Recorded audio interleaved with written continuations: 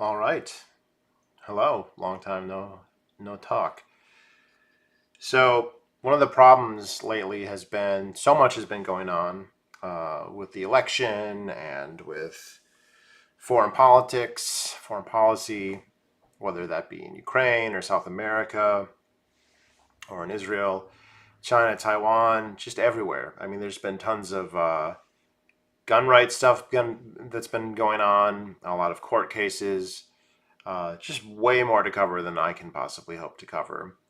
But I have had a long running interest, as most of you know, in Israel and in Zionism. The more I know, the more profoundly negative I come to view both the state and the philosophy behind it and the religion that it purports to serve, although that itself is kind of a interesting contradiction in terms. Uh, and there's just been a unending series of pileup of things going on that I realized pretty early on I was going to make no attempt to try and catalog. But why I'm making the video now is because it does seem like this entire history of the state of Israel is kind of reaching an inflection point. Now, that doesn't mean that it's actually going to end. In fact, I think it's very unlikely that there won't be a state of Israel there for some time, assuming that it doesn't like literally commit suicide through having some kind of nuclear war. But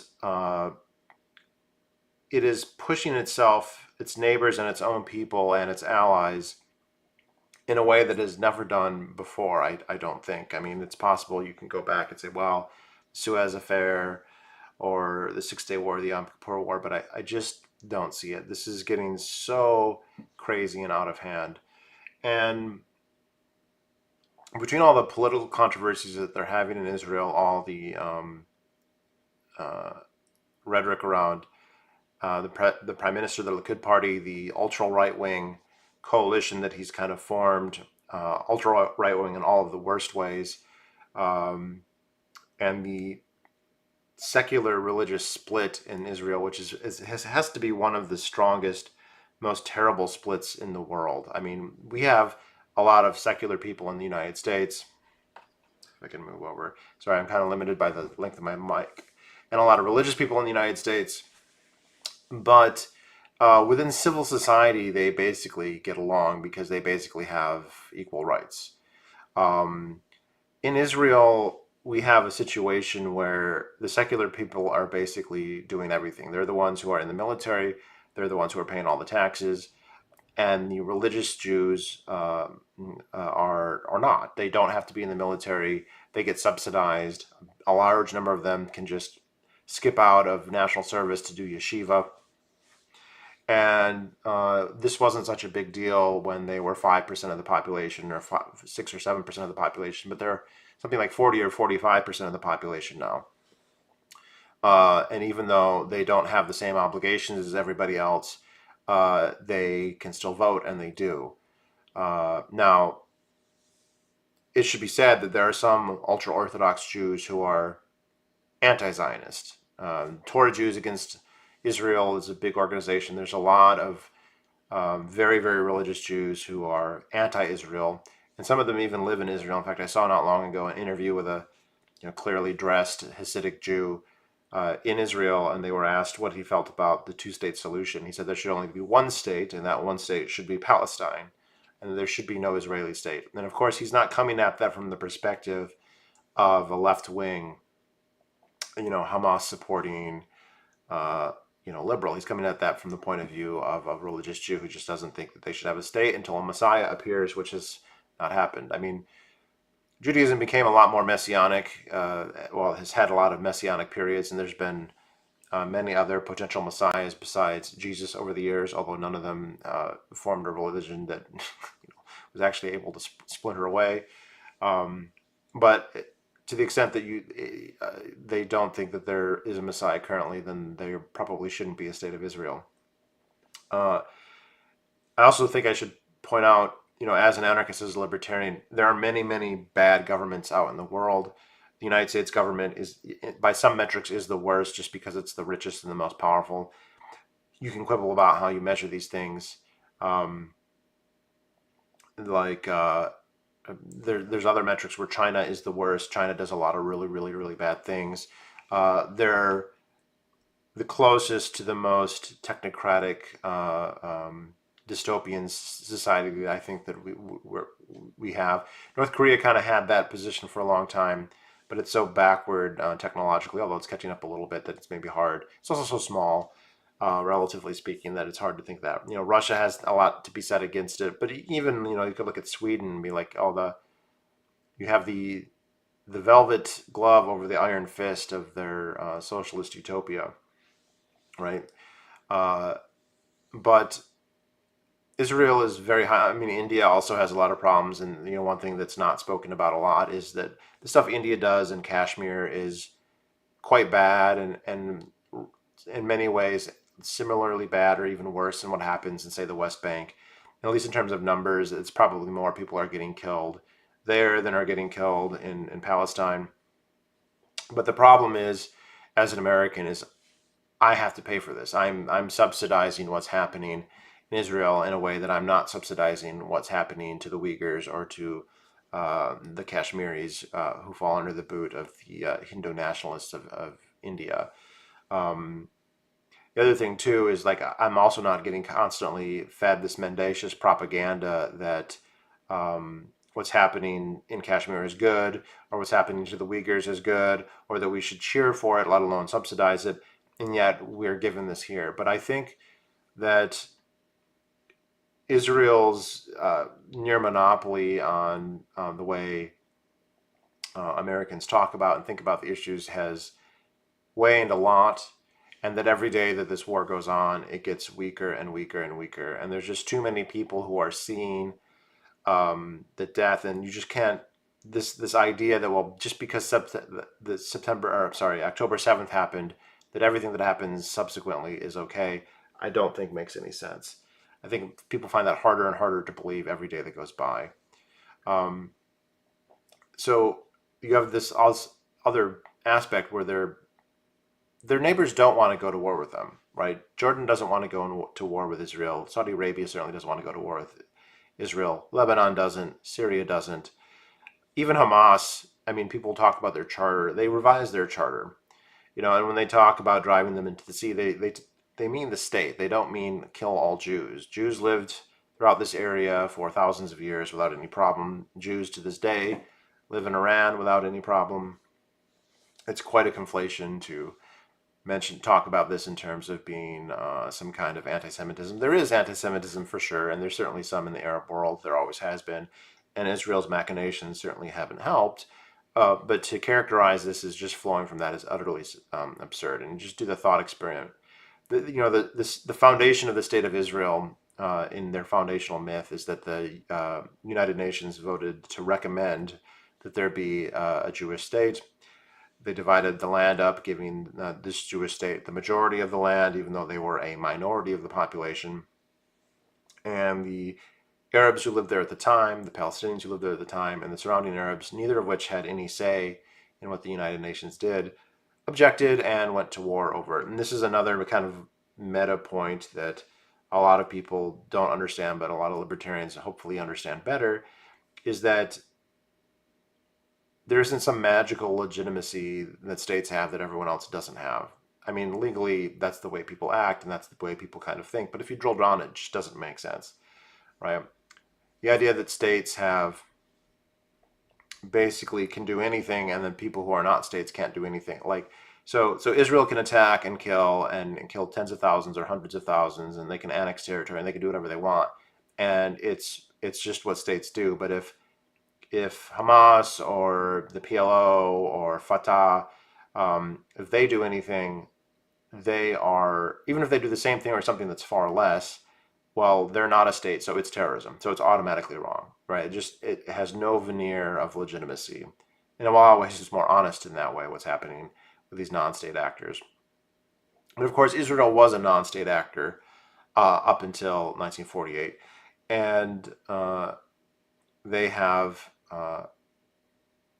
done stuff far, far worse, killed far more people, been far more mendacious, committed far greater lies and frauds on their behalf for their goal. They always speak with two. I mean, it's been quite clear. I think you could say that some of the labor Zionists over the years, like Itzhak Rabin and a few others, probably decided that they didn't want to have the West Bank, at least entirely, but they wanted there to be a two-state solution because they saw we're not going to kill all these Arabs. We need to get along with our neighbors. And the state that they envisioned was probably going to be rather pathetic. They probably wanted a Palestinian state to be covered in a web of Israeli bases and settlements, some wanting more settlements, some wanting less. But that kind of idea has waned, especially with Likud, and they definitely seem to think that they want all of it. They don't want Gaza as much. They definitely want the West Bank, and they want Gaza and the Golan Heights. And hey, if they can take parts of Lebanon, they'll do that too. There's a hierarchy of what the stuff that they want to take. And it shows that everything that they've ever said to the contrary has been a lie. That they've been bad faith actors this entire time, at least most of them. You could make an argument that maybe Rabin wasn't, one or two others. Even Ben Gurion maybe wasn't always a bad faith actor, but it seems that currently they are, and that they're quote unquote going for it. That they've used October 7th, which by all rights, Netanyahu should have been chased from office for that catastrophe, to try and take everything that they can. But they are still confronted with the fact that it's full of Arabs, as they like to say, right? They don't want to call them Palestinians. That's fine. It doesn't matter. If you call them anything you want, they're humans and they have rights. Even if there wasn't a Palestinian state and has never been a Palestinian, this is one of the things I find so funny about the talking point of there was never a Palestinian state, or they'll always say there was never a state here. I mean, there was a Crusader state there. It was parts of other states. Kind of where do you center the locus? I mean, the biblical Israeli state, the state of Israel, or Judea that they want to talk about, was tiny even by current Israeli standards. It didn't include most of the current state, and yet that doesn't seem to bother them at all. I mean, even the existence of such a state is kind of mythological at this point. The later states that are better attested are at times when Israel's not independent. It's definitely part of Assyria or Babylonia or Egypt or Greece or well, one of the Greek successor kingdoms or Rome. Like there's so they're I think they're trying to go for broke, but they don't, and many of them have no problem committing genocide. I mean, if you look into the religion, there's plenty of parts of the religion that make genocide quite clear. They've been teaching the book of Joshua, which is the part of the book of Genesis that covers the extermination of the Canaanites by Joshua after the traveling through the desert. By the way, this is something that's not archaeologically or historically attested. This is almost certainly a fable. Not that there wasn't violence in the Middle East, certainly there was, but the idea that the Hebrews came out of the desert with trumpets blaring and genocided every Jericho and all these other cities. We don't have any evidence that that happened. Certainly not that it happened with the personages of the Udonai, of the Jews, the Hebrews. But this is what's taught in Israel, right? The secular founding fathers of Israel, the Ben Gurions of the world, made sure that the Book of Joshua was number one. They had to learn. They all became pseudo students of the Bible, lovers of the Bible, even though they were all atheists for the most part, especially early on. But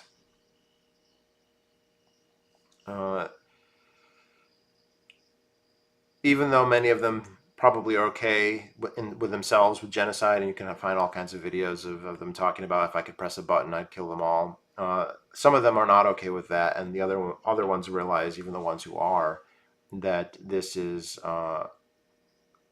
impossibly alienating. Now, the U.S. has been it's actually kind of pathetic how the U.S. and specifically the Biden administration has been treated throughout this.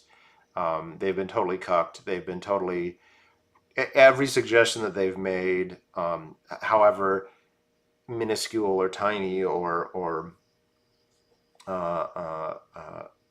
far insufficient to the task at hand has been flaunted and thrown in their face by the Israelis. And there's reports that this is starting to really bother people in state and even Biden himself for what's left of his brain. But everyone else can see what a joke it is, and it's kind of humiliating. But I think it's also going to the Israelis' heads where they are feeling like they could do anything, and that's true until you can't. And the thing with the Palestinians is it seems like most of them would rather die than leave. The Arab states surrounding them, A, don't want the Palestinians. That's totally true. But they also don't want to abet their ethnic cleansing, which is what allowing them to leave would do. And this is something interesting I've heard Norman Finkelstein talk about, that Egypt, for instance, is in a very tricky position because if they open their borders and allow Palestinians to leave, which might be the more humane thing to do, there's domestic reasons why Egypt might not want to do that. This would be abetting an ethnic cleansing. This would be abetting the Israelis annexing territory and killing and chasing out all of as many of the non-Jews as they can, which, by the way, is the genesis of the Jewish state. That's how they were born. And not to not to disjointedly return to my counterfactual, but let us say the UN today, which most Israelis will say is a horribly anti-Semitic, anti-Israeli mouthpiece with no legitimacy. Let us say that it was to vote tomorrow. Let's say Biden gets really mad. He's tired of all the bullshit from Bibi and says, you know what, I'm going to allow a vote to go through. We're not going to veto it in the Security Council. And the United Nations recommends that 85% of current Israel goes to the Palestinian, and the Jews that live there, they can confine themselves to the 22%. They can get Tel Aviv, and that's it. Does anyone in the world believe that would be legitimate? And if the answer is no, why was it legitimate when it was done in 1948, when there were far, far, far fewer nations represented, right? And B, what do people think the reaction of Israel would be if that were to happen? Would they just say, oh, okay, well, yeah, we'll give up all this territory and let our enemies have it? No, of course they're not. They would not allow this. And that is exactly what happened in 1948. The Arabs who lived there said, no, we're not okay with this. Some of them probably were okay with it, but a lot of them said no. There was resistance. The surrounding Arab states, which did not have functioning governments really, let alone militaries, launched a war against a small but let's remember, well-trained, seasoned, and equipped Israeli army that really had no chance of losing against the forces arrayed against it, or very, very low chance anyway. I should say no chance. And it's interesting that the Israelis are going to hang their hat on this recommendation, but then as soon as it's been done, the United Nations has zero legitimacy, has zero authority, means nothing. It's a joke organization that they can't take seriously. But for that one moment, that split second, all of a sudden, right, it's the most legitimate. It can just create nations like that by giving a recommendation, after all, recommendation, right? The United Nations can't give birth to countries. I don't know that there are any other examples like this. Maybe Darfur, but even then, I kind of doubt it. So if Israel or Syria or Iraq, Ben Gurion wanted all these Arabs to move to Iraq for some reason. Don't want to take them, and they have their own internal reasons to not want to take them very often that are not the most pleasant reasons. But they would also be abetting an ethnic cleansing. And if they don't let them leave, then they're putting the Israelis in a position where to get what they want, they're going to have to commit genocide. Now, the other alternative is that they give them rights, which would be very hard at this point, but it was not always impossible, and it's probably not impossible even now, or give them a state. And well, the fact is, they don't want to give them a state because they want all that territory and much more that they probably will never have. And they also want to talk about their Jewish state, their Jewish democracy, and that means that whatever status these people have, it will be less than Jews. There's gradations here: Christian Arabs, some of the Berber, some of the Bedouin have more rights than others. It's not a two-tiered system; it's a multi-tiered system. But ultimately, Jews are on the top, and some of the Jews will even say the Ashkenazi are on the top, and that this Mizrahi and Sephardic Jews, they don't really have equal. Or the idea that like an Ethiopian Jew has the same rights in Israel is a debatable question. Doesn't need to go there, but this idea that there's Arabs in Israel proper and they can vote and they can be in parliament and that there's one who's on the Supreme Court. Yes, that's all true. That doesn't mean they have equal rights. They're not treated equally within the state. They never will be. It will never be a Palestinian state or a true Israeli state. It will always be a Jewish state, a Jewish democracy, and that means at the end of the day, the Jews must be dominant. And there's plenty of Jews in Israel who will say that loud and proud all day long. Um, so I think what they're going to try and do is just make it as horrible as possible to not necessarily round up all the Palestinians and murder them massively. Although I think many of them would do that if they could. I just think that there's maybe too many eyes on it for that to happen that blatantly. Um, but the problem is they've pissed off everyone around them, and they're destroying their own soul because Israeli society is very sick in a lot of ways, and you can just look at the debates about whether Israeli soldiers who rape prisoners should be punished or not, and the consensus seems to be they shouldn't be punished. This should be tolerated. This is funny that I saw an article saying that they don't actually say they're for rape. They just say that it shouldn't be punished, which I don't know, kind of sounds like the same thing.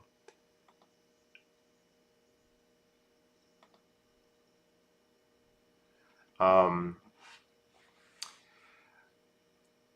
but these wars with Hezbollah and with Hamas and in the West Bank, and really this is only a fraction of how bad it could be for them, is stressing them out, and they're angering their uh, neighbors more and more and more, and they're putting countries like Iran in a position where they have to get a nuke. I mean, they're basically saying we're going to fight you and regime change you over and over and over and over and over again forever. I mean, I don't know what do they think is going to happen. Let's say that they could kill the Ayatollah, which they probably could. They might fail, but like it's probably within their possibility. And then what?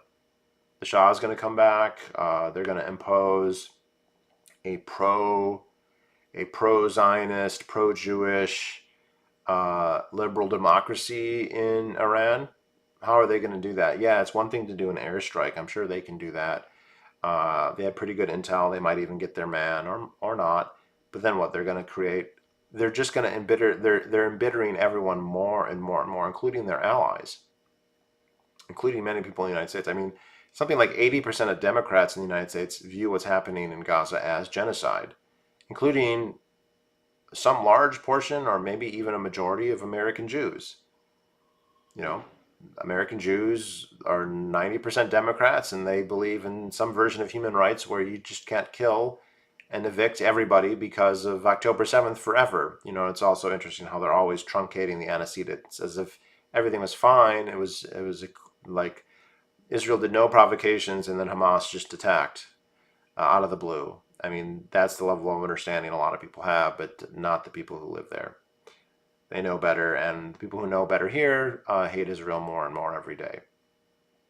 But they're putting Iran in a position where it has to get a nuke, and that also means that Saudi Arabia will have to get a nuke. Crown Prince bin Salman has already said if Iran gets a nuke, we have to get a nuke. And then things get a lot more scary a lot faster. And that hopefully doesn't mean that leads to a war. It could. This is why Zionism, by the way, is a completely flawed concept, because in the age of nuclear weapons, which predates the state of Israel, I mean, the Zionist movement goes back earlier, that's true.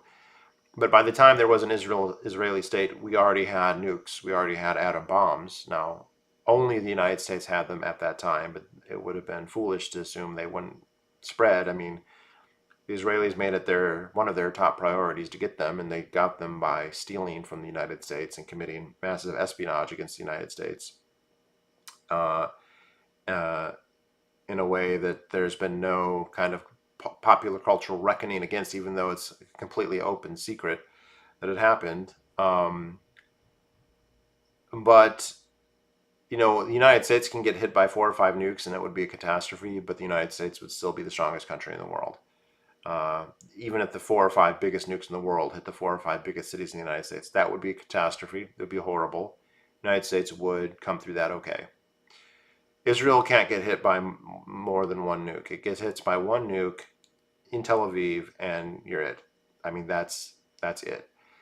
Even if it doesn't kill everyone else is going to have to get out of Dodge. And this was so stupid about Zionism. It doesn't offer any protection. Zionism, the state of Israel cannot protect Jews in other countries, right? If pogroms started happening anywhere in the world, there's really nothing that they could do about it unless it's happening like next door. So if there are pogroms happening in Lebanon or in Jordan, maybe the state of Israel could intervene and protect those Jews then. Everywhere else, there's really nothing they can do. And by concentrating all the Jews in one spot, then yes, you are 1 or 2 nukes away from all those Jews being extinguished. And so many Jews, look, and there's many bad things about Israel they have.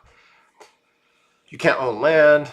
The state owns all the land, which, by the way, the main reason they own all the land is to make sure it stays a Jewishly supremacist state. So you can't have the minority groups owning their own property and then developing it in a way that maybe the state doesn't like, and so the state owns everything and has a veto on everything and controlled, make sure that labor Zionism and Jewish democracy prevails always and forever. But who wants to live in a place that's constantly at war? Who wants to live in a place where you're getting rocket attacked? Who wants to be in a place where you've pushed your neighbors who, I mean, it seems like Iran has been very reluctant to get into nukes. They had religious objections against it, even though it would have made sense in many ways for them to have him to thwart off these constant threats from their enemies. And I guess this is not to like laud the Iranian state, their horrible state in their own way, their own bigots in their own ways, their own. There's much to be said about them. It's quite negative, but the idea that they can just be pushed and pushed and pushed and threatened, and they'll just reflect on their own evil and say it's fine, not do anything. That's never going to happen. So the other thing is that Israelis have other options. They can leave. So I actually think that the biggest existential threat to Israel is now and always has been the United States, because it's a wonderful country that's great for Jews. It's great for everyone. It's great for black people. It's great for Latino people. It's great for Europeans, and it's great for Europeans who are Jewish. Even if you go back to the period when Zionism was really getting born, it's interesting. Christian Zionism goes way further than Jewish Zionism. This is another big myth. There's this lie, and it is a lie, purported that all Jews everywhere have secretly wanted to go back, or not even secretly, have wanted to go back to Israel more than anything for this entire period of their exile, which for some reason they now want to place as having been done by the Arabs and not by the Romans, because they don't have beef with Italy, I guess. So they want to pretend like all their problems are from the Arabs, and they were never persecuted by the Greeks, which of course is totally true. I mean, the Greeks were banning circumcision and crushing their revolts repeatedly, and the Romans very famously did the same thing, just like they did to everybody else. But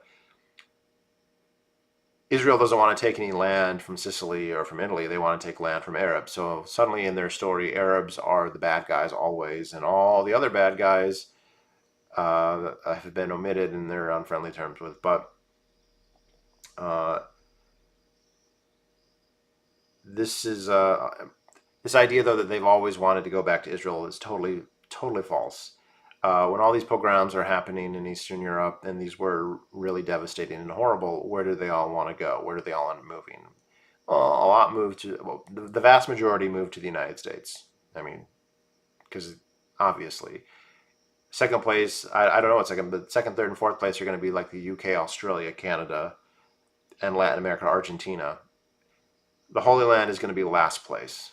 No one's deciding to move there. Now, because of the state of Israel, because of the Holocaust, because of the state of Israel performing terrorism in Arab countries to try and force the Jews in those countries to be persecuted and then to move. The state of Israel got a much higher, and then the fall of the Soviet Union um, got a much larger Jewish population, which even today, I guess most estimates, it's hard to count, but it seems like the U.S. and Israel have basically the same number of Jews. That's the same. The thing is, if you live in the United States, you're not worried about rocket attacks. You don't have to be drafted. You can own property. You can be just as rich, if not far richer here than you can be in Israel. If you like the climate, you can live in a place that has a climate very similar to Israel. It's called California, and wherever it's faults, it's better than Israel in just about every way. And you have absolute rights here. You have the same rights as everybody else. You don't get to be a Jewish supremacist, but who cares? You can still be powerful. You can still be rich. Nobody can lord it above you. And this fact gives them the ability to leave, and that is what's very dangerous for Israel. That is and this goes back even 10 years where they would talk about the existential threat posed by Iran.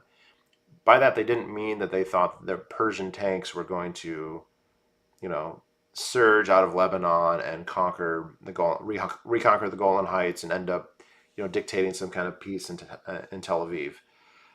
The fear was that the possibility of violence, the possibility of conflict would be so deleterious to the society that all the people who could would leave. Now, that not everyone in Israel can leave, but anyone who's got an education, anyone who's got connections, anyone who's got wealth, they'll leave. And the barely literate Ethiopian refugee Jews who have black skin, who have no other options, they'll be the only people who are going to stay. So, and at the same time, they're really pushing it with the United States. Now, is there's still more they can push? Yes. But eventually there's going to be pushback. This is really, really blatant at this point. And both the right and the left are getting sick of it and getting tired of it. And even Ben Shapiro recently has said that there's a window where Israel has to get it done because the perpetual forbearance of the United States is not gonna persist forever. And I think he's right about that.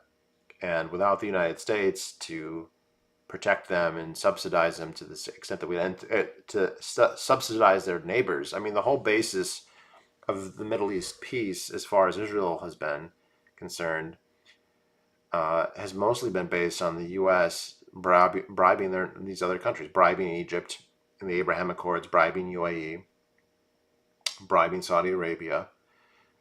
And I think if we stop bribing Egypt, that doesn't mean they're going to go to war with Israel, but they're going to have options that they don't currently have. And they're going to have to think about that. And they're going to have to get along with their neighbors. And the thing is that they don't want to get along with their neighbors. They're supremacists and they're expansionists.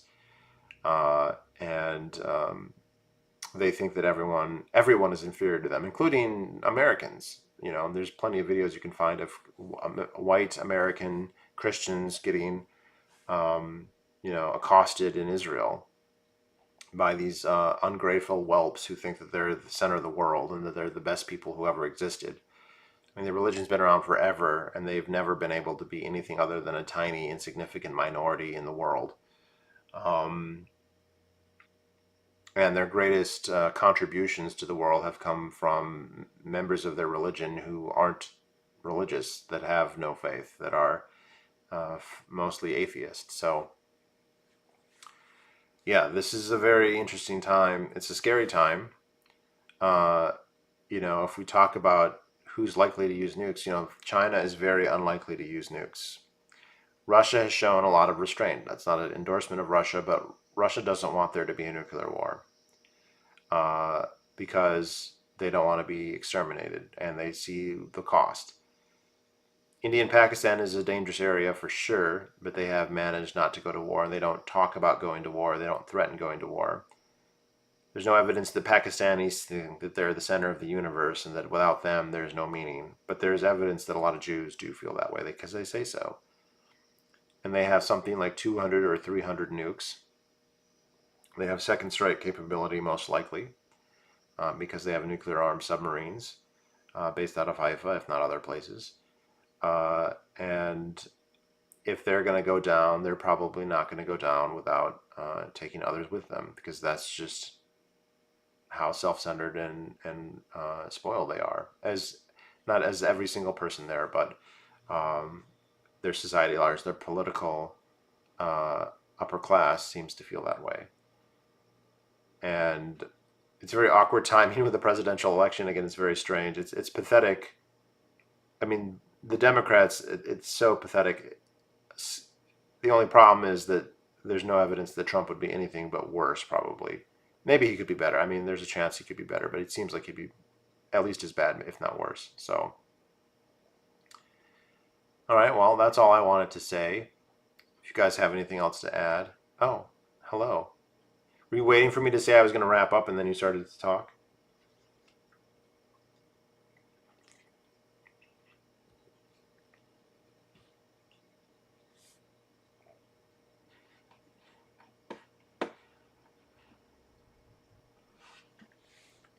How is your son, Luke?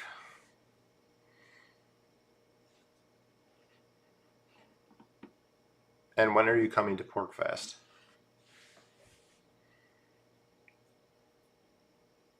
So, yeah, it's just, I think it might also just be the Twitter is just ruining Israel.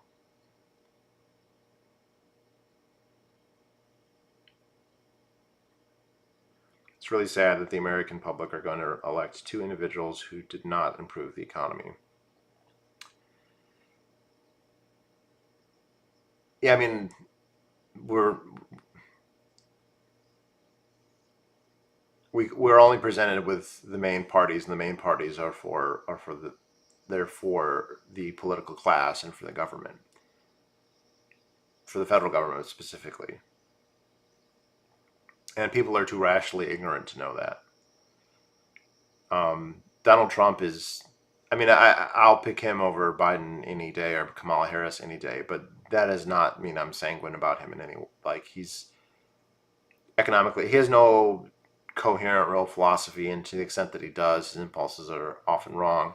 But what can be said is that he is the, apparently, the powers that be, the deep state, is so called, the establishment just absolutely hates him in such a way that he must be good in some way, like because he has the right enemies. Um, why are you streaming so late? It's 10 p.m. This is not late at all. I started at 9 or 9:30.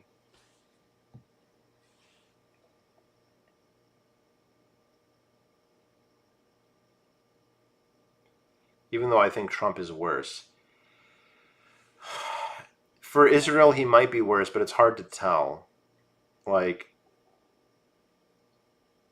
he's better when it comes to Iran, that's for sure. He said very recently he only thing he cares about with Iran that they don't have a bomb, but otherwise he hopes that they're happy and that they prosper. He does not believe in regime change. He talks about how bad a war would be, and in little bits he sounds like Ron Paul, and that might be the reason why he has all the enemies that he has. Um, when it comes to Israel, it is true he moved the embassy to Jerusalem. It's true that he's very pro-Jew, Jewish, and he has a lot of Zionist friends, absolutely, and he certainly had many in his cabinet for some stupid reason. But it's also possible he could say, "I just want there to be a deal. I want this to end." He's probably also aware that it's been U.S. policy forever that there be two states, and Israel will say that they believe in that and pretend to talk about it to get the next deal or to get the next F-35, um, or to to placate, but then always renege and always, almost always in bad faith. Uh, so I don't know how much of that Trump knows, but he also probably doesn't like being spat in his face. And it seems like Likud in particular are so petulant that they can't help but just spit in America's face.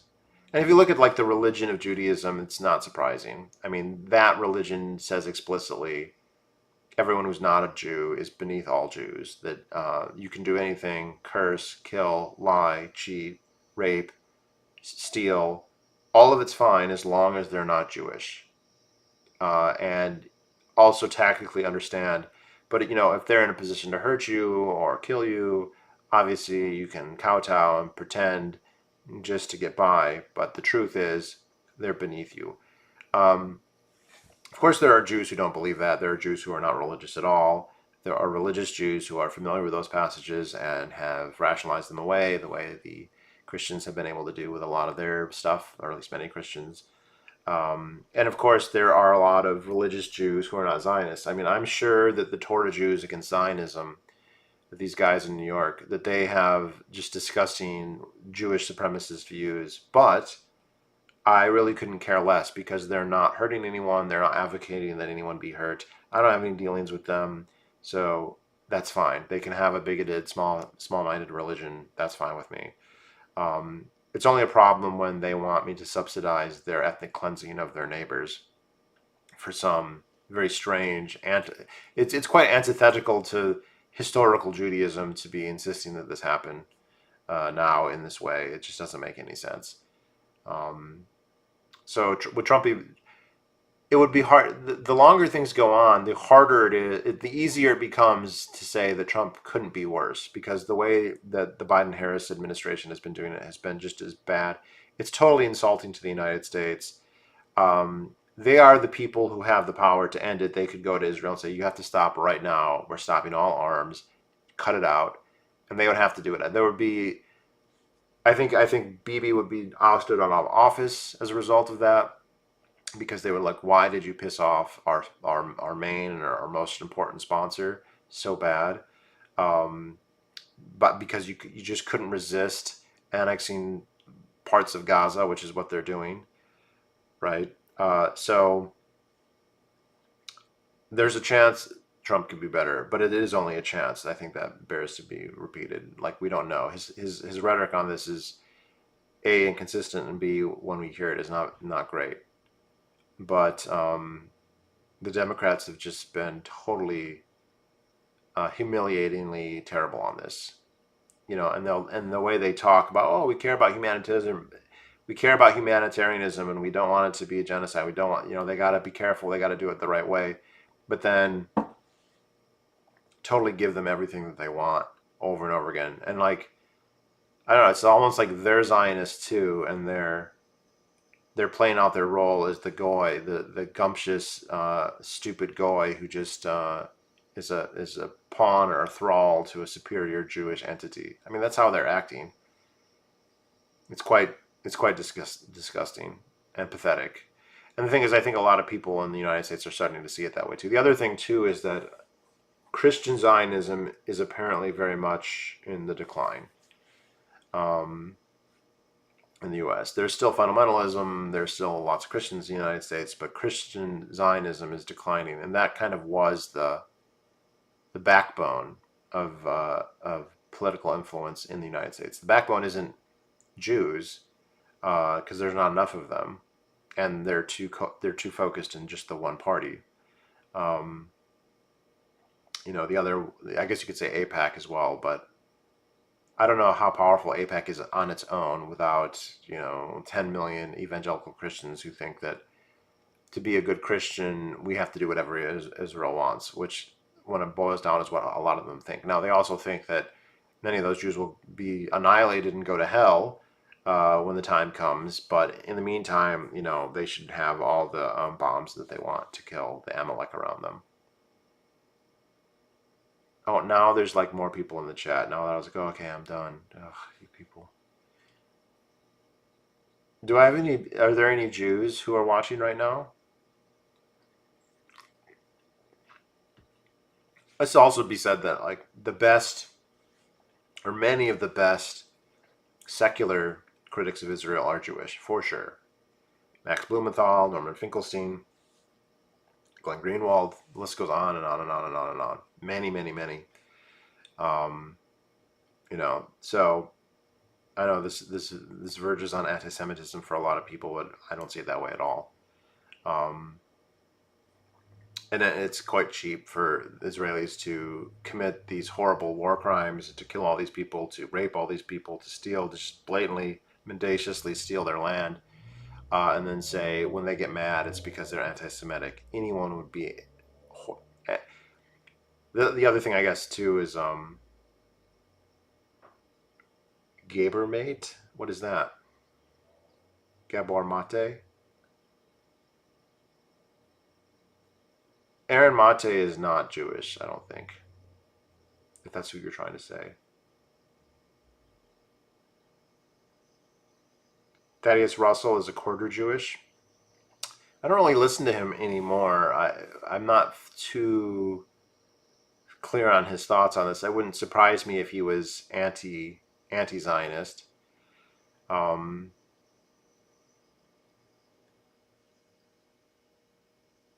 oh, Gabor Mate is the father of Aaron Mate. Okay, I didn't know that. Aaron Mate is Jewish. Okay, I did not know that. Yeah, I think. I mean, it seems to be a problem. I know a lot of Jewish people who, American Jews, who did their right of return trip to Israel and just came back thinking Israel is a totally sick and disgusting country.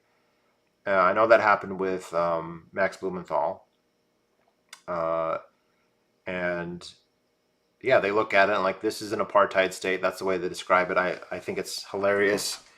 The great pains people like Coleman Hughes, who my opinion of him is uh, goes down every time I hear him talk about this issue. Um, like say it's not apartheid. It clearly is. I mean, he's like, but there's lots of Arabs there, so it can't be apartheid. Yeah, there are a lot of black people in South Africa. That congratulations, the big four. Man, time flies. Have you had any more since then? You need siblings.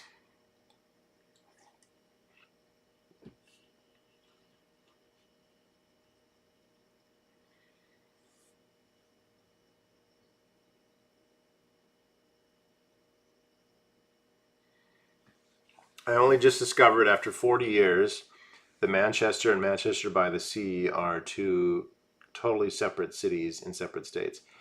Well, Manchester by the Sea was not called that until relatively recently, officially. It was just Manchester and Manchester. One thing that is confusing about living in New England, um, a couple town names were repeated in all of the New England states. Now, some of these town names are repeated in other states, but because other states tend to be larger, their geographic proximity is not so great that it's that confusing. So there's lots of cities called Fair Oaks, for instance. I think that's the most common town name in the United States is Fair Oaks. But if there's a Fair Oaks in Ohio and another Fair Oaks in Michigan, they could be 200 miles apart and people are not going to confuse them necessarily. In New England, you have certain names that get repeated.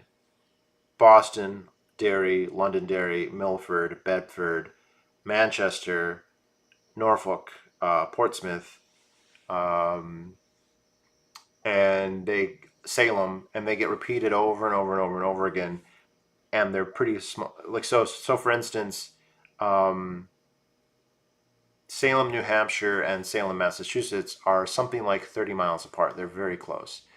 Manchester, New Hampshire, and Manchester, Mass are also 30 or 40 miles apart. Um, Manchester, Massachusetts, though, changed its name officially to Manchester by the Sea. Apparently, it was known as that to distinguish it from this Manchester, the one that I live in. And there's also a Manchester in Connecticut that's very big. There's a Manchester in Vermont, although it's very, very small. But yeah, you have to kind of be careful here. When someone says, hey, I'm in Salem, make sure you know what state. What do you think of the ongoing battle between Konstantin Kisin and Dave Smith? I wouldn't call it a battle, but I definitely agree with Smith on this one far more than Constantine. I think Constantine made absolutely no sense. I think that I want to know what these people think. What are the Palestinians supposed to do? I mean, what would just again use the counterfactual that I thought about? Let's say tomorrow the anti-Israeli UN, which people say it's anti-Israeli, and let's just grant that it is. Let's say that it voted and said we're recommending that half of Israel go to the Palestinians. Do they have the right to do that? And I think Constantine and everyone else in the world would say no, they don't. And when the United Nations was new and there were fewer countries in it and it had less representation than it has now, it didn't have more right to do that then than it does now. It had, if anything, less. I would say exactly the same amount, none. But if you start to think about it logically, or you try and make the argument, it clearly had even less in 1947 than it does now. And so when they do it, the idea that then the Arabs are obligated to agree with that is totally fallacious. It's totally nonsensical. Now, since they didn't have a state in Palestine, that resistance is then not legitimate in the eyes of somebody like Konstantin Kisin, I guess. But what are you supposed to do? And that's what I ask others who are like, I don't believe in a two-state solution.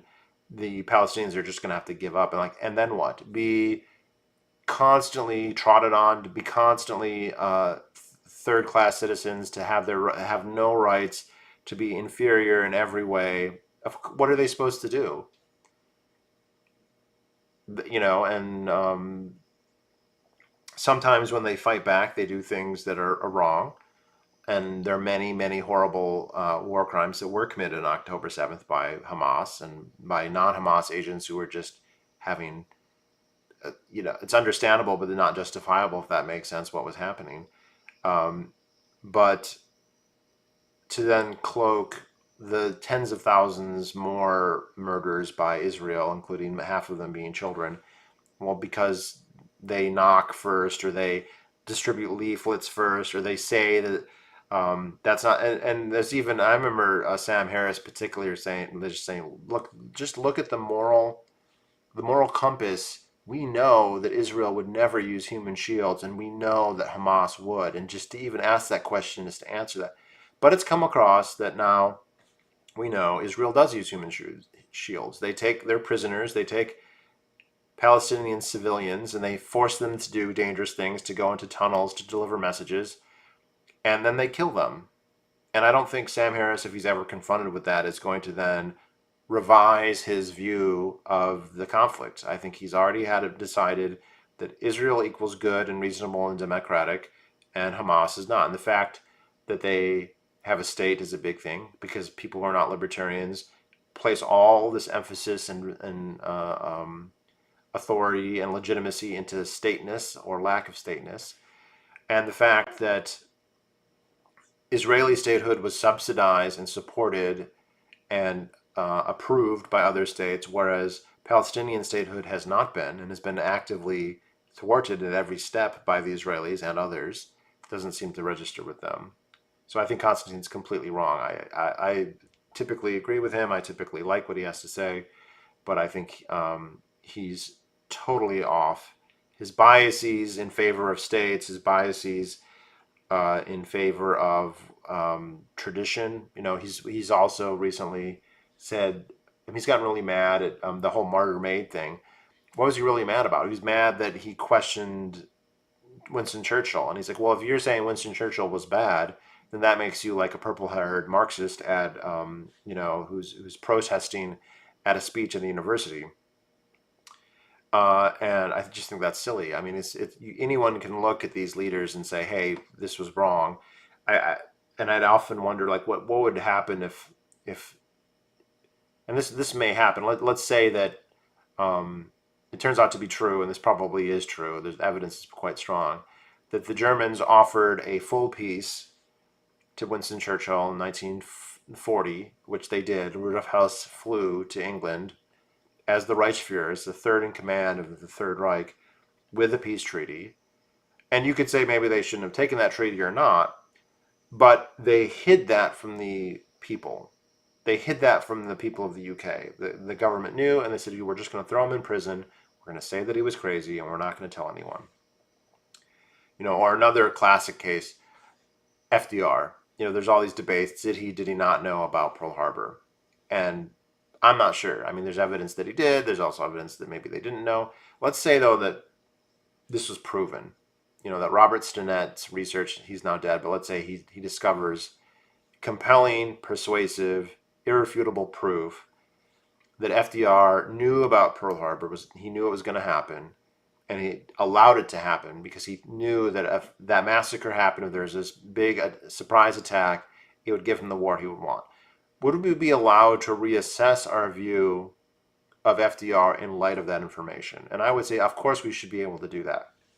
Constantine seems to be of opinion that FDR needs to be lionized, and we should not be able to, or Churchill in his case, but I think you would feel the same way about both, that we should not question them, we should not incorporate new information, and that their lauded mythical status should be retained. And the same goes for Israel, that it has this lauded mythical status that it just should retain, and that they're indigenous people, and it's just totally ridiculous.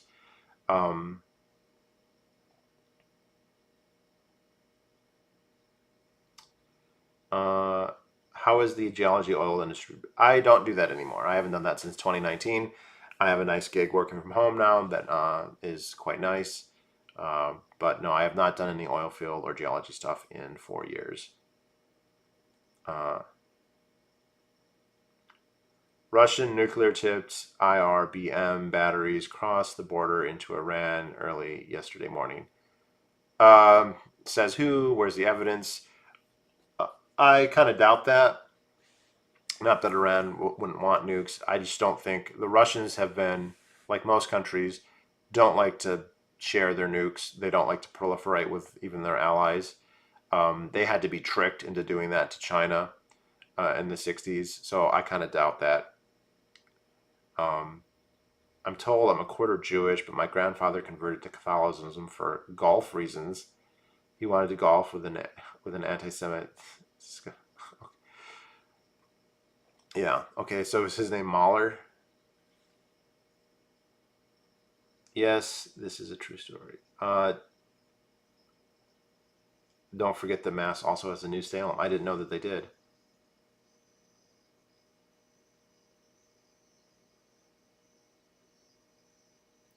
Manchester by the Sea is not in New Hampshire. It's in Massachusetts.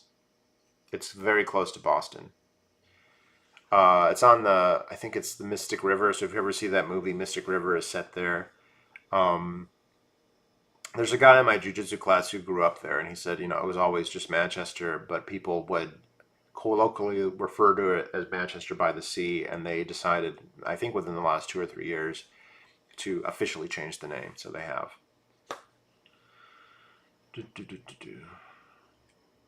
So we have some one-quarter Jewish people. Someone say, I'm a non-Zionist ANCAP Jew.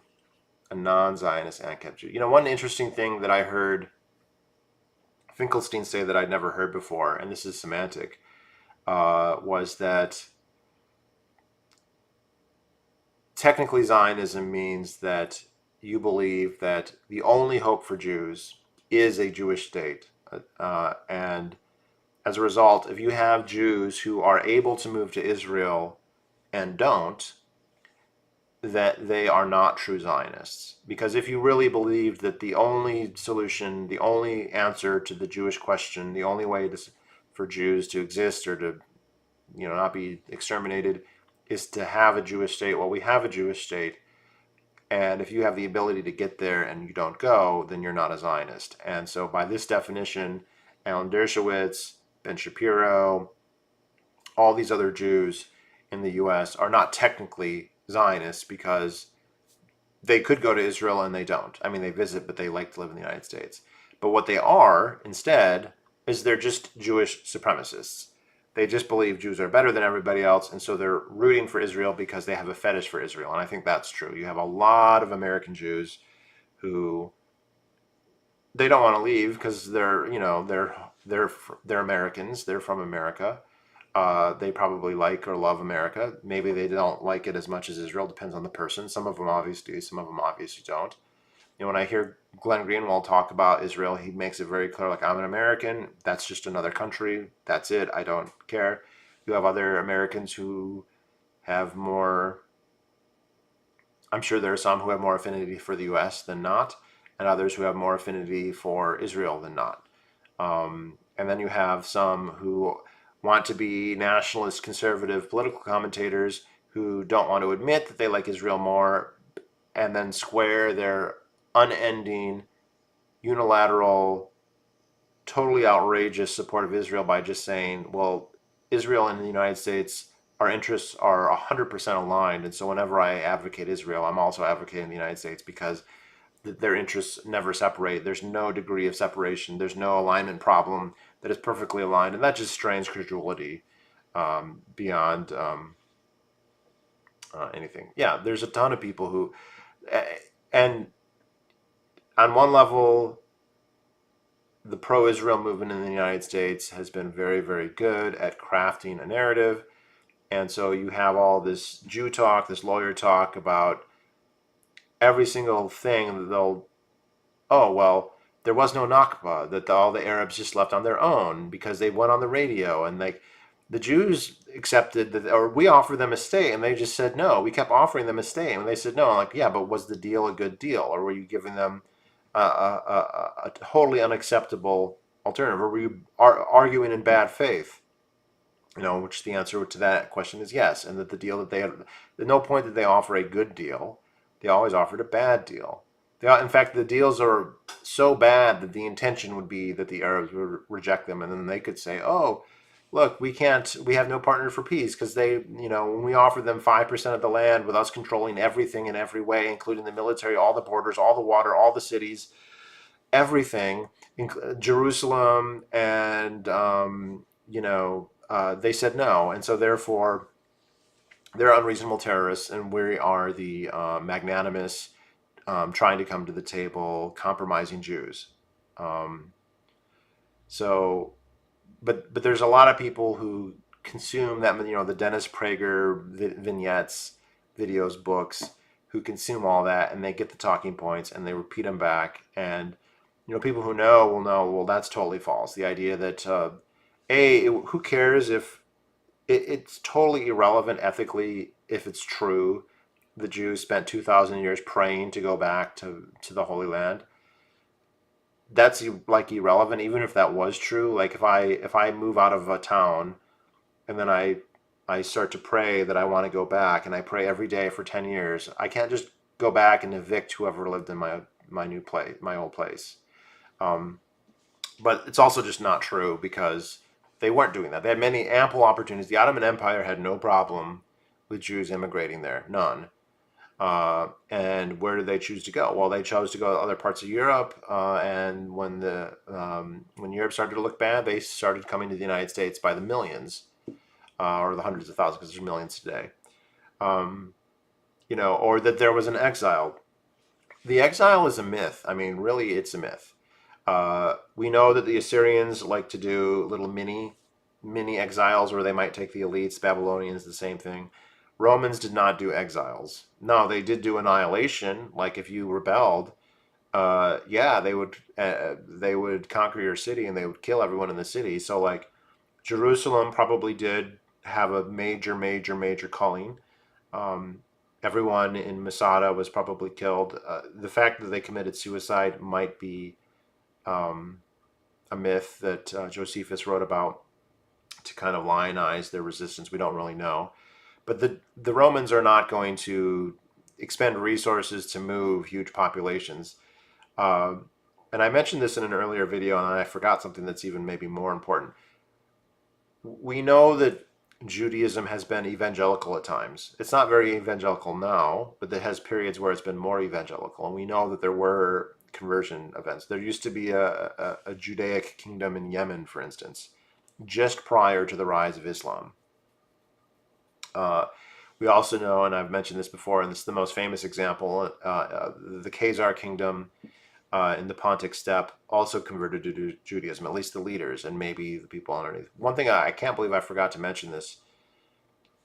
There was a huge amount of immigration from Israel by Jews that was 100% voluntary. We know that there were massive Jewish populations in Rome. In 0 CE, right around the start of the current millennium, it's estimated that the Jewish population in Rome, which had 1 million people, that the Jewish population was probably something like 40,000. That's a big population to go back 2,000 years. there was a massive Jewish population in Alexandria. It might have been so large that there may have been more Jews in Alexandria in the first century CE and the first century BCE than there were in the Holy Land. A very famous Jewish philosopher by the name of Philo of Alexandria is from Alexandria, and he's Jewish. And the way he talked about Israel, the Holy Land, was like, well, that's where the holy relics are, but it's kind of boring. There's not really a lot there. All the interesting writing and philosophy, that's all happening in Egypt, in Alexandria. And uh, those are two really famous examples where we know they had very, very large populations of Jews who were not exiled there. They were not coerced to go there. They went there for economic opportunities, for cultural reasons. They immigrated there. And the thing is, there's no reason to suppose that the populations of Jews we find throughout the Mediterranean and Western Europe are not from a combination of the converts, aka the Khazars and others, or from these just totally normal immigrants. Uh, but of course, if you're talking about people who just is like, it's like I decided to move, I voluntarily immigrated. The idea then that I have a quote unquote right of return to evict people who never did anything wrong to me is totally asinine. Never mind the fact that if I have a child, and then that's even more crazy. I mean, if you're talking about a generation later, it doesn't matter if you were coerced, I would have to say. But it seems like that coercion never even happened. And then they want to say, oh, it wasn't, the expulsion happened not with the Greeks, not with the Syrians or the Babylonians or the Romans. It happened with the Arabs. Because again, their beef is with the Arabs. They want to take land from the Arabs. They don't want to take land in Sicily. They don't want to take land from Egypt other than the Sinai. They did take the Sinai at one point, but they gave it back. Um, uh, because I don't think it was as important to them. And they got peace with Egypt finally after 3 wars with them. Um, but yeah, but these myths are taken as true, and then you have people who are culturally Jewish, even if they're atheists, like Bill Maher and a whole host of others, who then just have an emotional resonance with Israel that makes them blind and biased to the point where they can't think about this rationally. They can't be honest about it, even to themselves in many cases. And they're fed a constant line of propaganda, and they never hear the. I mean, this is what's changing: is you're hearing this more and more. More and more of the Palestinian story has been getting out. Uh, Palestinians and Muslims are a bigger and bigger part of the electorate in the United States. They're already a bigger part of the electorate in terms of voters than Jews are. So things are changing, and even within Israel, I think you have this. I mean, it's so blatantly racist and supremacist uh, that yes, a lot of people can have cognitive dissonance, but it gets so blatant, and people are going to be reminded of it constantly. So, uh, and then you have the whole thing where they have all these religious Jews who are subsidized by the state, but are above, like they don't have to do national service. I don't think that they have to pay taxes.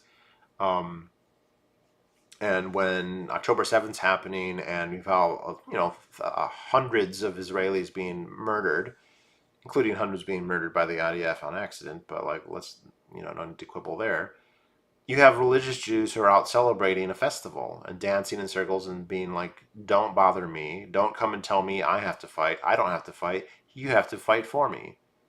And these entitled pricks who are like, well, the United States should give us everything that we want so we can do whatever we want without any consequences. And don't even ask us to slow down for one day. How dare you? Yeah, go fuck yourself. And I don't care how philosophically bankrupt Joe Biden is, or Donald Trump for that matter. They don't like being told that. I mean, at the end of the day, I mean, it's funny too. You can see who's the one, I forget his name. He's some fucking actor. He's a comedian. He's not very funny. Who's this guy? What show was that? Jewish actor in Israel. Come on. What's his name? What was the show he was in? He's a comedian. You guys remember? It was I never watched it, but it was like he's there now. What's his name? Comedian.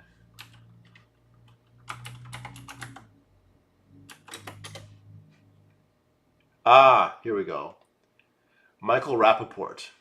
Michael David Rappaport. Okay. There's a video of him on Twitter. He's in Israel right now. It's so insane. There's a video of him walking around on the street, but it's like not a sidewalk. There's not a lot of pedestrian traffic. There's just cars. And he's like, "Where's the apartheid? Apartheid, apartheid!" Like, what does he think that apartheid is like a physical item that you can see, or like no? But then there's another video of him standing on a balcony overlooking part of I assume it's Tel Aviv. As part of this Israeli city, and he's just like, no offense to anyone, but like Jews are the best. Jews are the chosen people. Like, look at this, so beautiful. And you're just looking at it and you're like, this looks like a third world skyline. Like, it's nothing, like the buildings aren't bigger or nicer or more ornate. They're not more functional. They're not more beautiful. It's just a kind of a typical urban landscape. There are far grander urban landscapes all over the United States or all over Canada or all over any European capital. Say what you will about the Russians, but Moscow has a beautiful skyline. Nothing in Israel is even, I mean, it's just stupid to compare. China, same thing. Japan, same thing. Indonesia, the same thing. Um, you just look at this skyline, it's just a typical little skyline. But what does Michael Rappaport think? Michael Rappaport looks at that because he's Jewish and because he fetishizes Jews and thinks this is the most glorious, beautiful thing I've ever seen. This is the most miraculous society that ever existed. And the only way you can think that is if you're completely delusional. Now, are there things about Israel that are unique and interesting? Yeah, the fact that they revived a dead language and that became the lingua franca, that's pretty interesting. That's really cool.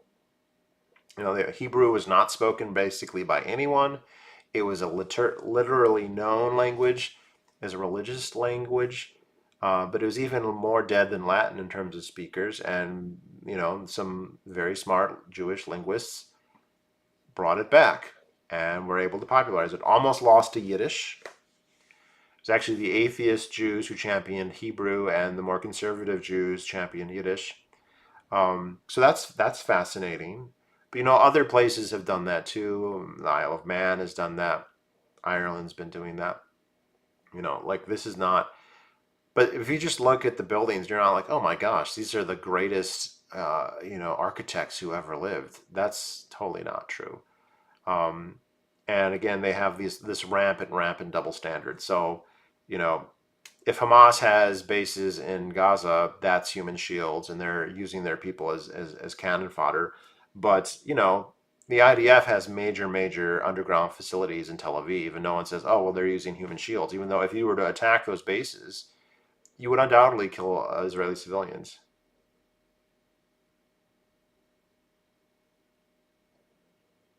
Did you see the video of Noah Schlapp, Will from Stranger Things, holding up the Zionism is sexy sticker? No. Well, first of all, nobody who thinks that could appreciate foreskin properly because that's, nothing says circumcision like Zionism. But no, I haven't seen that. But look how many actors are Jewish or are Zionists, and then or if they're just conservative. So you can probably tell that Will is almost certainly not a conservative because those are even more rare. And not that I'm a conservative, but no. Let me see. Will Shapp.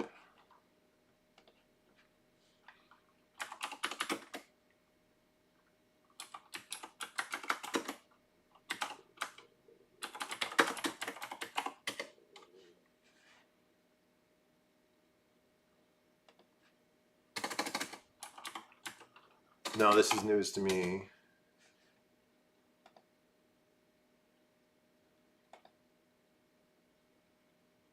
Hamas is ISIS.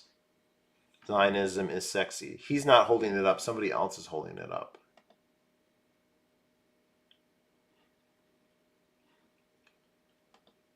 Yeah, Hamas is so evil and ISIS is so evil that the Israeli state subsidized both and supported both for years. Great.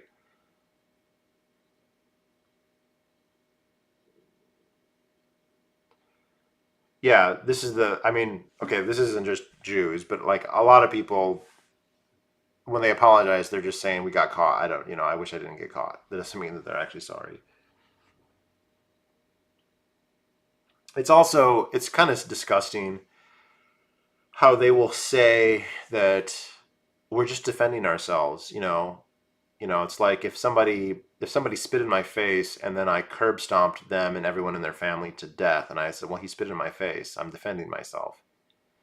No, but then they openly talk about, oh, like we could make this area into a new Monaco. It could be like the UAE of the Mediterranean.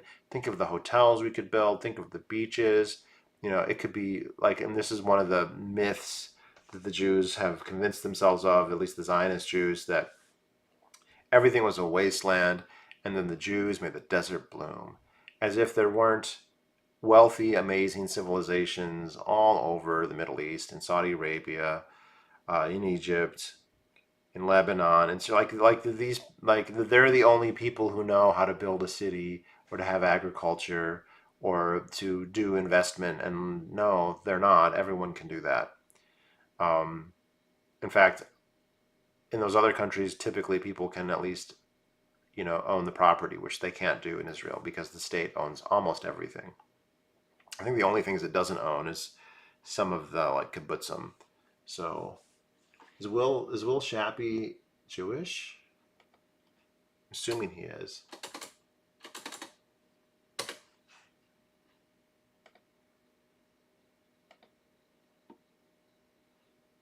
Oh, Noah Schnapp. Oh, his name is Noah. Okay.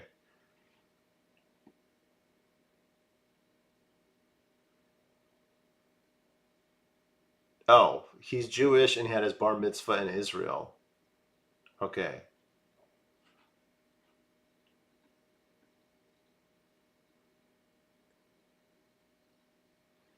In October 2023, Schnapp voiced support for Israel and the Israel-Hamas war after the video showed him sitting and smiling among people holding out Zionism is sexy and Hamas is ISIS.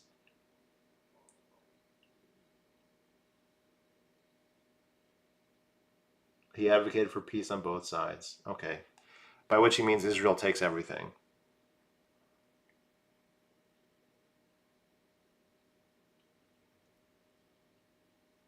Huh.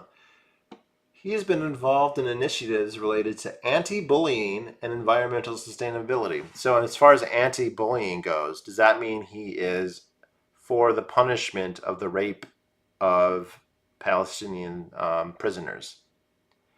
Right. It was funny too. Like, so these prisoners were raped by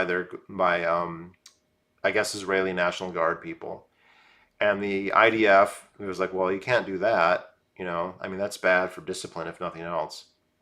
This is one thing a lot of the Germans said in World War II. Like, you can't just go and kill all these Jews. It's bad for discipline. I mean, apart for other reasons not to do it.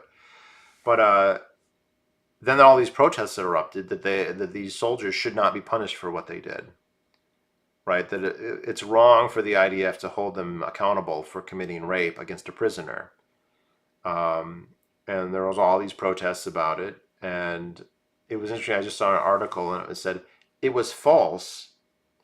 There's a false claim that 65% of Israelis think it's okay to rape prisoners. What they actually meant was 65% of Israelis think that the perpetrators of the rape should not be punished. What is the difference, though? There's no difference. If you can say, I agree that you should be able to rape someone, or I say, well, I'm not saying that you should be able to rape someone. I'm saying, though, if you do rape someone, you should face no consequences. Right? So this is like whoever is writing this fact check is basically trying to make it sound like the Israelis are not in favor of rape in the way that they clearly are. And of course, if you read the Torah, if you read the Talmud, of course it's okay to rape a goy. Of course it's okay to rape Amalek. You can do whatever you want to them. You can kill one. There's nothing wrong with that. In fact, it's laudatory. It's good. Ten Commandments, thou shalt not kill, that's only for Jews. That's not for non-Jews. So this prisoner is not a Jew. It's valid. You can do whatever you want. And by the way, when he's buried in a cemetery, you should curse that cemetery every time you walk by. You think I'm kidding? That's exactly what it says. And if you're not a religious Jew, but you grew up in that milieu, you could still very much have that affinity. You could just look at them like they're my people. They fetishize them. There's this belief that they're the oldest society in the world, even though we can name many societies, including many societies around them, whether that's Egypt or Iraq or Lebanon or in Turkey that are older, for sure older. Um, they want to pretend like the Jews were the first people, the first state, the first everything, and everybody else is second best. This is what Michael Rappaport thinks. He catches himself. You should see the video where he's like, not taking it from anyone, but Jews are the best. Well, it does sound like you just know that sounds super racist, so you're trying to backpedal, but your enthusiasm is too blatant. Look at this. Is Noah Shap Hispanic? Wow.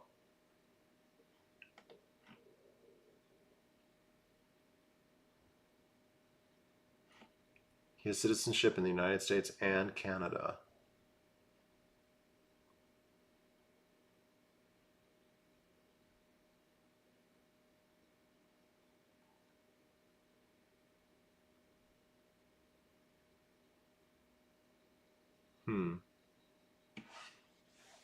So, all right, guys. Anything else?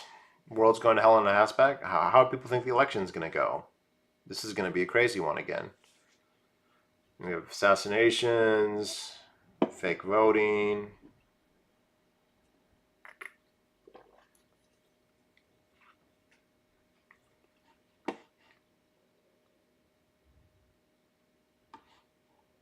Michael Rappaport.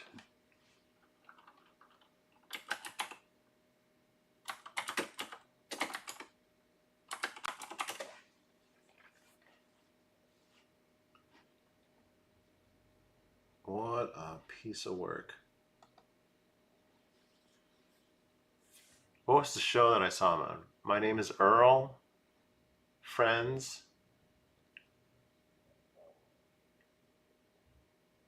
He is Ashkenazi Jewish.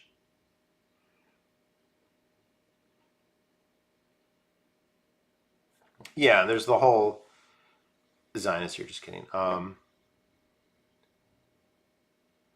The establishment has made very clear that they want Kamala Harris to win, which is the best endorsement we could possibly give to Donald Trump.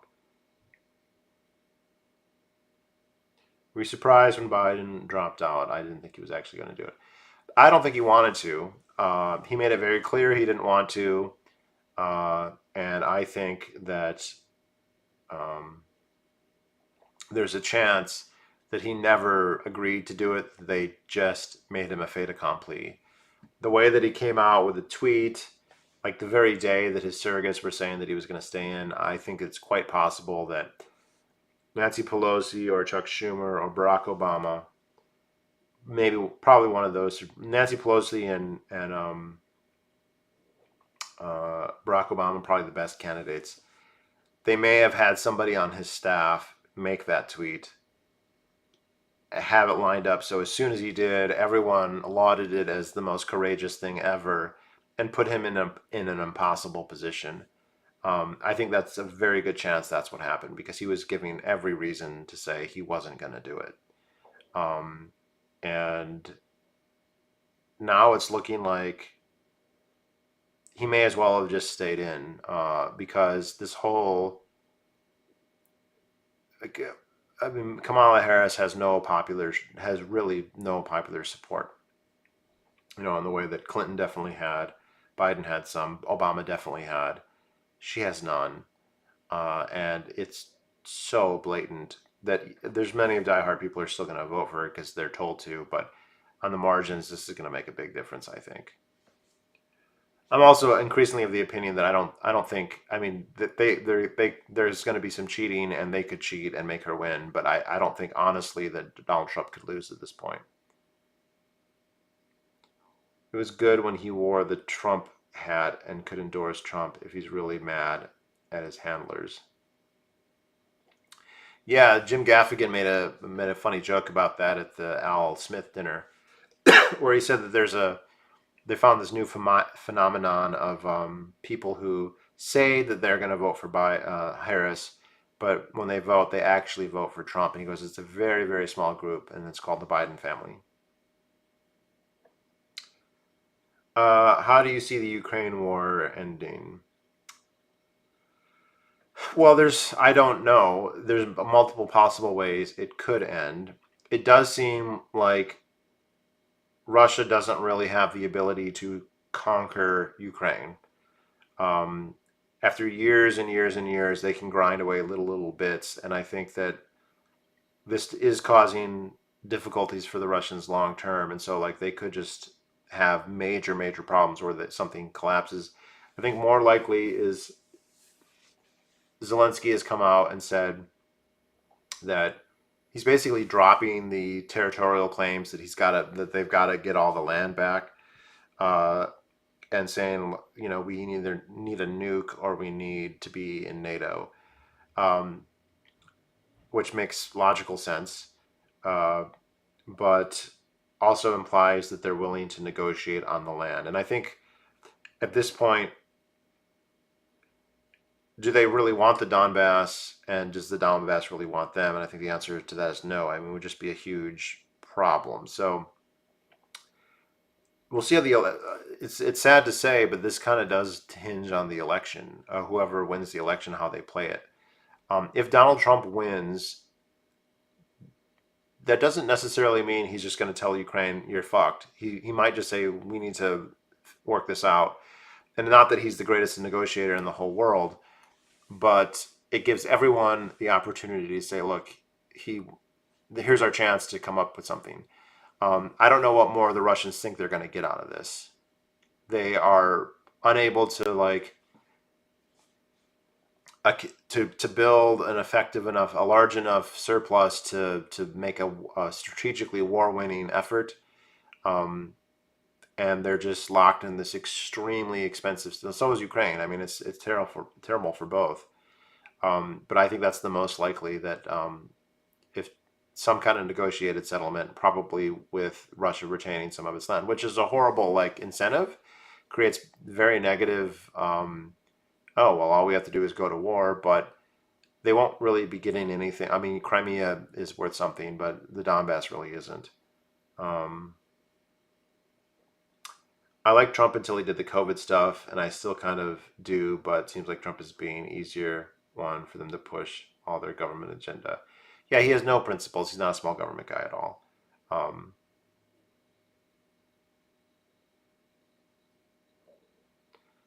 I'm having trouble reading my own writing, though. Did you hear that David Duke endorsed Jill Stein? Well, white supremacists are not libertarians, and they're usually quite protectionists in terms of their. I mean, there's a lot of Bernie Bros, like Jackson Hinkle and stuff, who are just became total nationalists. So that doesn't surprise me at all. Like the Klan and white supremacists have never been known for their economic liberalism, and who what's the party that's just the most focused on a big government solution to everything? That's the Green Party. So, all right, guys. Anything else? It's been an hour and a half. It's getting late. My voice is getting hoarse.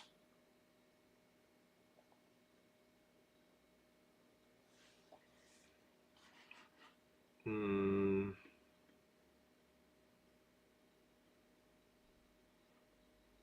Oh, was arrested for harassing his ex-girlfriend and charged with 2 counts of aggravated assault.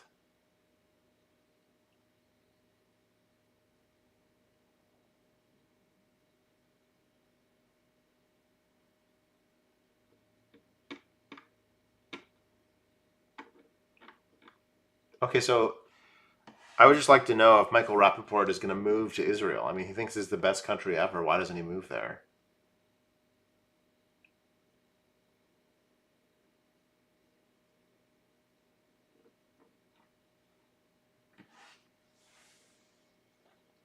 Yeah, pleasure hearing from you guys. You need to learn hypnotism. You said that like 3 or 4 years ago when I first brought it up, and you could have learned it by then, but you just have not. So it's not that hard to learn. I've taught a couple people, and it's quite easy actually.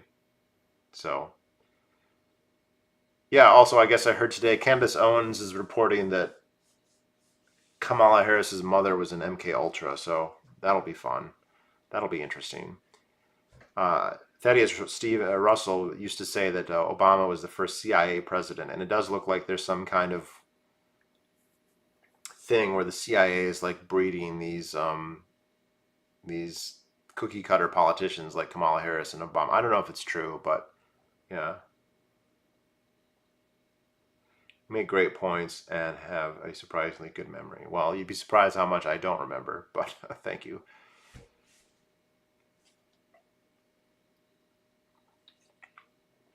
Everyone who's still in the stream, if you've never come to PorkFest, come to PorkFest. It's in June. You have months away to plan it. Everyone should come to PorkFest.